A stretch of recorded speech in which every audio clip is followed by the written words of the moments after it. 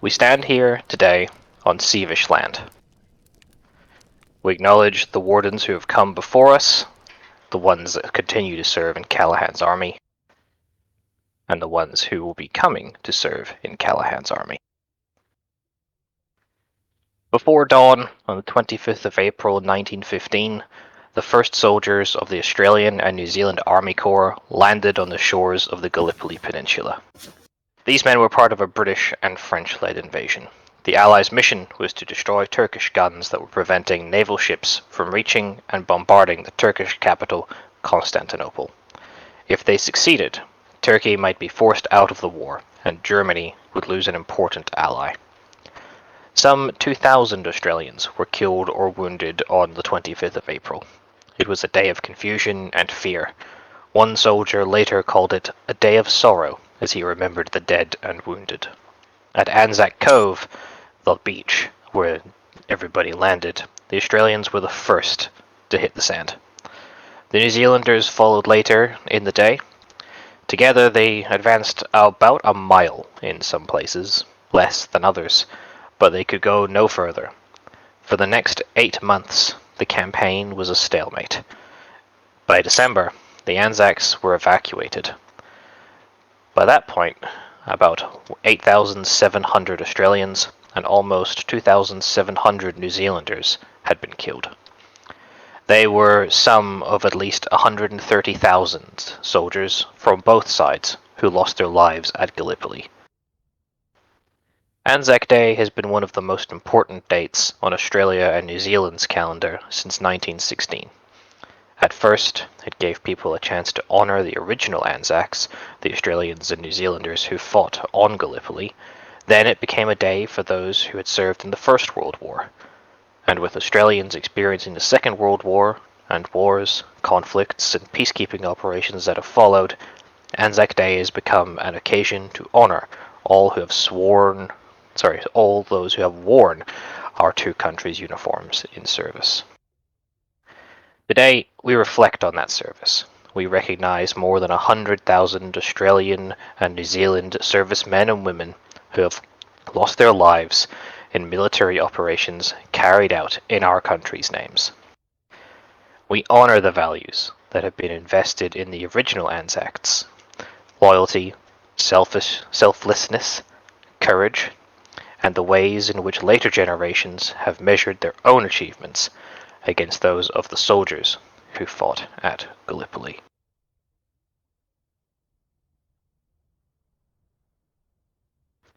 If this was a real-life service, we would lay wreaths of flowers at the base of flagpoles and other memorial sites, but because we don't have those in-game, we will move on.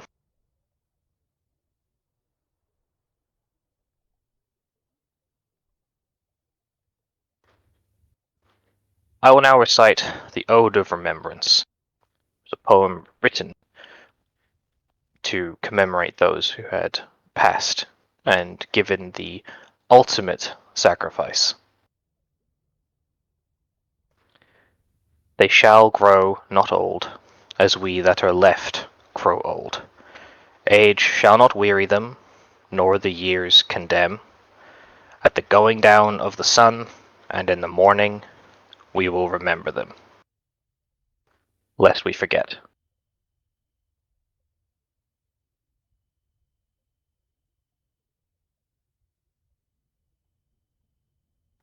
At this point, we will hold a 1-minute silence to remember and give our thanks individually to those who have served.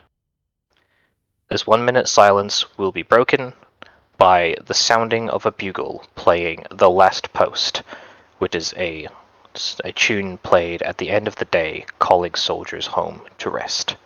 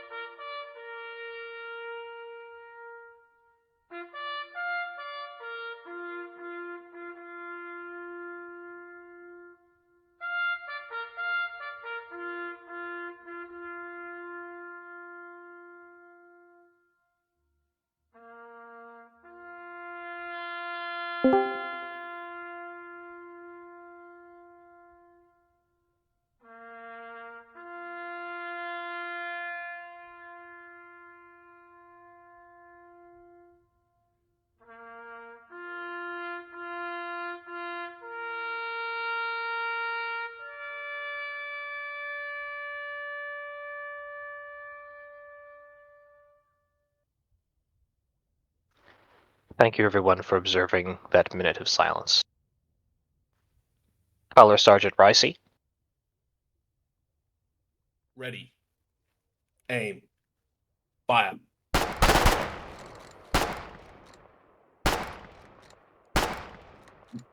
Ready. Aim. Fire. Ready. Aim. Fire.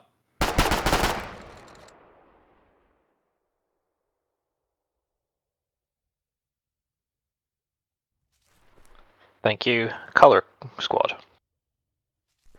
We have some time remaining, so I would like to take this opportunity to invite those who wish to speak to give a short speech about whether they have a personal experience serving or a family member who has served, to line up on the west side of the stage, so in this direction.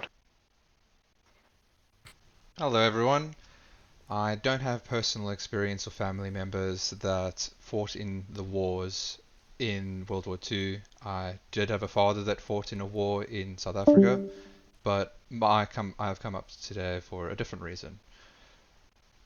Ever since we started holding ANZAC days in Foxhole, I've been there since the beginning, and it is very special to see everyone attend for the 5th year in a row anniversary of ANZAC being represented within Foxhole.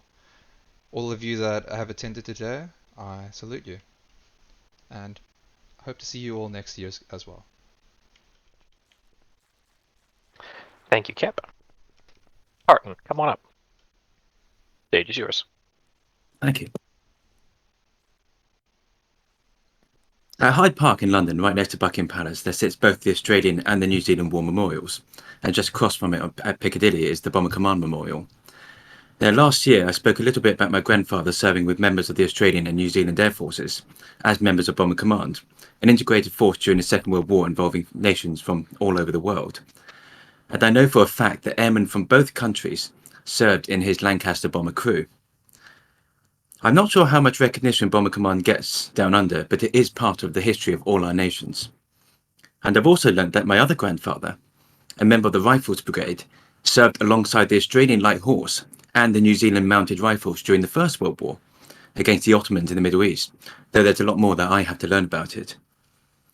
This is an important part of our nation's military history that even my own country, to a certain extent, is starting to forget. A lot of my family's military history is integrated with that of our friends down under, and as is that of my country. And it is my privilege, as a Briton from a military family, to be invited to share in this ANZAC service with all of you. We owe a debt to your nation and to those who served. We will not forget them. Thank you. Thank you, Tartan. Anybody else? Last call for speeches?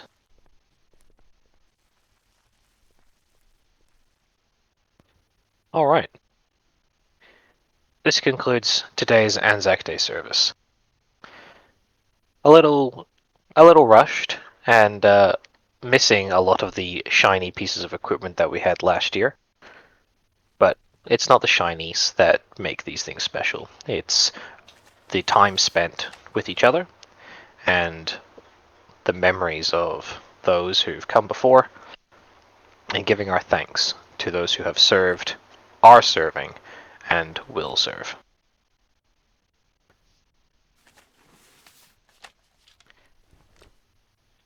Everyone dismissed.